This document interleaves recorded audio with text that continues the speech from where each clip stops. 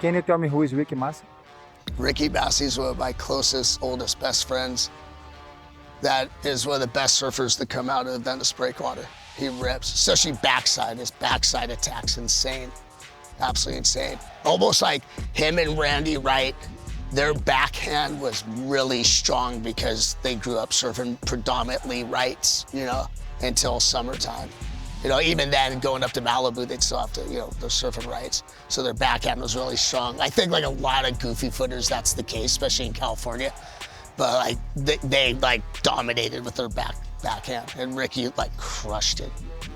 He still does, man. He still rips. It was funny, like me and Ricky were homies that also had like, we would push each other with our surfing. But like his rival in competition was Strider. And that was super interesting to watch because it was like the poor white kid against the poor Mexican kid. And the poor Mexican kids from Venice and the poor white kids from Santa Monica. It was like the most perfect matchup for like a battle like that. They would go back and forth, but they were always friends. You know what I mean? But I was like, oh my God, that's almost like a fucking corny movie how that worked out, you know?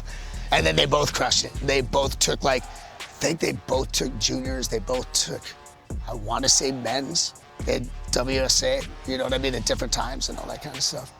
But that was fun to watch. But me and Ricky, we were like super competitive out at the breakwater because we surfed with each other every day. We were like inseparable. So it was like just pushing the next guy, you know, pushing him harder, drop in deeper, you know, fucking hit the lip harder. How can we hit it? I'm watching you, literally like you're paddling over the wave, like going, I'm watching you, don't fall. Like talking shit. It's like they're doing a bottom turn fucking with him, you know?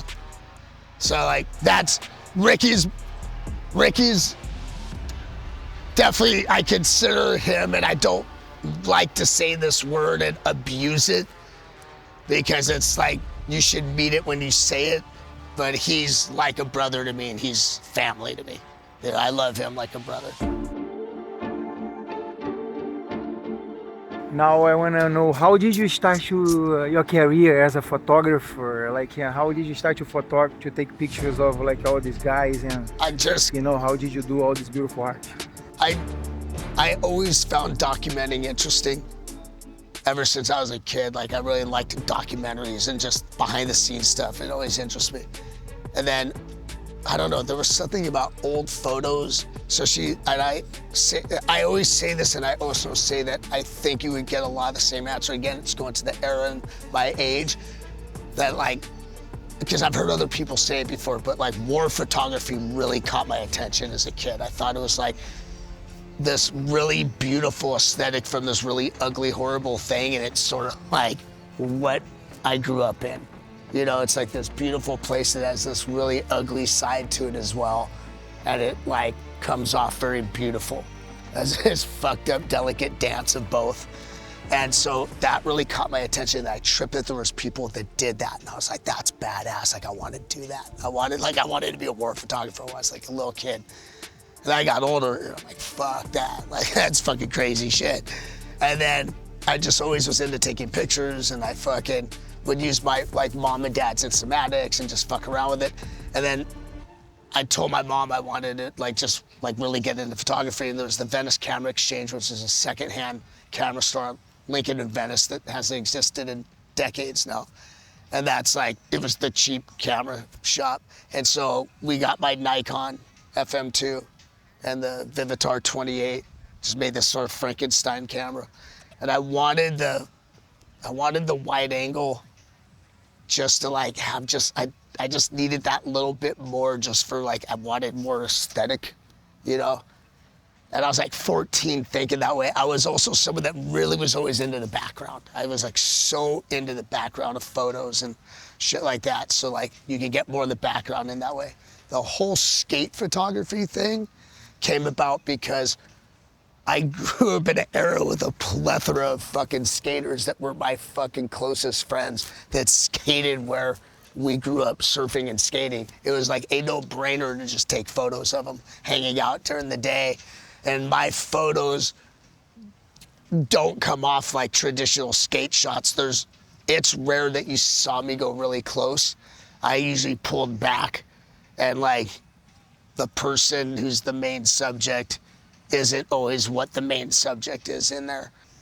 Photos I couldn't stand is like when they buffed everything and I would take skate shots. I'm like, dude, there's literally nothing on the walls. Like, it's like a fucking hospital. But then I guess that serves its purpose too, to be like, this is what it looked like the second they would buff it, and then like the next day and then it's graffiti written again.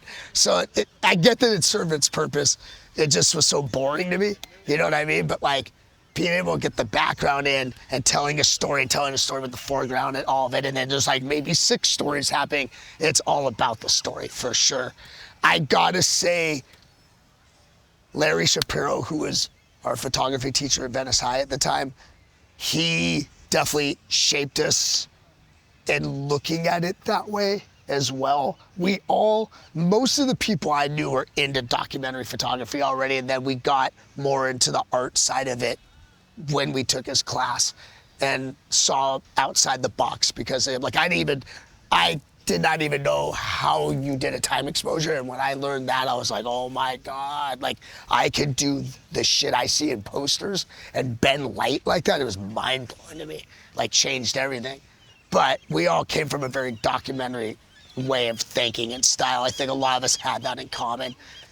Even over the years of his class specifically, he sort of always was about tell the story. Make sure it tells the story. Don't even care if it's a blank wall. Make sure that blank wall tells a story for some reason. There is a reason why you took it. That was another thing. He's always like, there's a reason why you take photos, and it's not just because you thought it was beautiful. There's just something more than that, and he would make you look at it deeper and all that kind of stuff, you know? And then there was times I borrowed my friend Luke Hudson, may rest in peace. He was a great photographer, his fisheye, and then I would go in close. But even then, sometimes I pulled back even with the fisheye, which was bizarre. And I just was always in tune of taking photos and getting everything in because of historical value. But I could tell you that at the time, yes, my brain would go, I wonder if this will stay here forever. I'm sure it will, because I'm a kid and naive going like, this won't ever go away. But thinking, what if? And like, get it in there. You know what I mean? And that's why I could also kick myself in the ass every day for not taking photos of certain things and thinking they would have lasted forever and missing that opportunity. And also things that got lost that were some of those places. But then I'm also fortunate to have everything I have, you know, and then the lesson I learned is I shoot everything I can, especially around here, and just like instantly save it and everything. Because I'm like 30 years from now, that all might be worth something. Took photos of everyone skating because it was just like sort of a no-brainer, and it was like fun to do. And I did not want to be a surf photographer because I really wanted to be one. And then like about a year into it, I was like, this sucks watching other people surf and like having fun. And then I missed good waves. I just wasn't down with that shit. I was like, fuck that. So all my surf shots are rare because there's not an abundance of them. I did the water photo shit. I'm like, how in the fuck do you do this, man? That's an art form within itself. I never figured it out the right way. And so I was like, fuck this, dude. I was like, but the skaters, the ones that don't surf, they don't wake up till 12 anyways. I go, it's shitty around here usually by 12.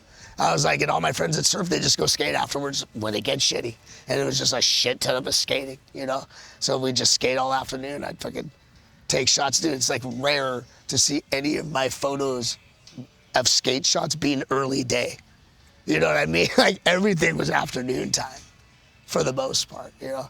So that's how I got to shooting that. But my favorite shots of mine personally are more the shots of like people hanging out. But that's also because those mean something a little bit more personal to me, you know, than just the skate shots. But, and I'll say this is another one I always say.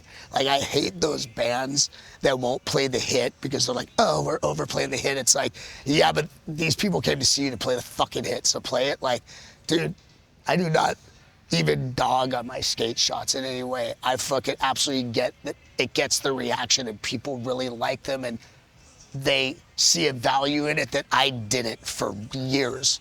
I didn't even see it except for the historical part of it. And then it took on more of a life with people that liked it for reasons, like I said, I didn't see that in the skate world, and I appreciate that.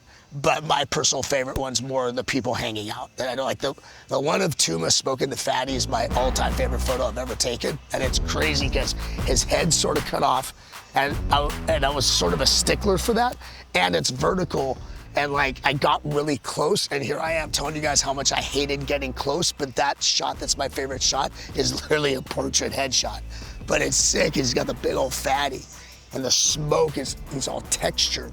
It's like crazy the way it looks on his nose. His eyes are like a caricature of like a cartoon stoner kid. Is like, it's just insane how like lit he is. I love that photo, man. Reminds me of some shit you'd see in the old 80s, like propaganda type thing, like, you know, marijuana, gateway drug. Do you know where your kids are? You know, that kind of thing. Now you'd be like, oh, dude, it was just some kid getting high. He was 14, whatever, you know? And that's the other thing, too. It's like, sometimes people trip on it. They're like, whoa, dude, that's heavy. You took a picture of a kid doing that. I go, but I was a kid taking a picture of a kid doing that. Like, he was 14, I was 16. You know what I mean? I'm like, we both were getting humor on the fact that he was doing that and the cops were 10 feet away. You know, that kind of thing. And fucking, it was like, I'm like, by today's standards, no one's really that shocked, but like every once in a while someone will throw that out and I crack up. I'm like, yo, dude, like we were all kids. Was it like I was some like older dude taking a picture of a kid going like, here, get high, you know? That's fucking, I trip on it that sometimes it raises an eyebrow. I'm like, what the fuck? I'm like, you know that your kids are probably high as fuck right now?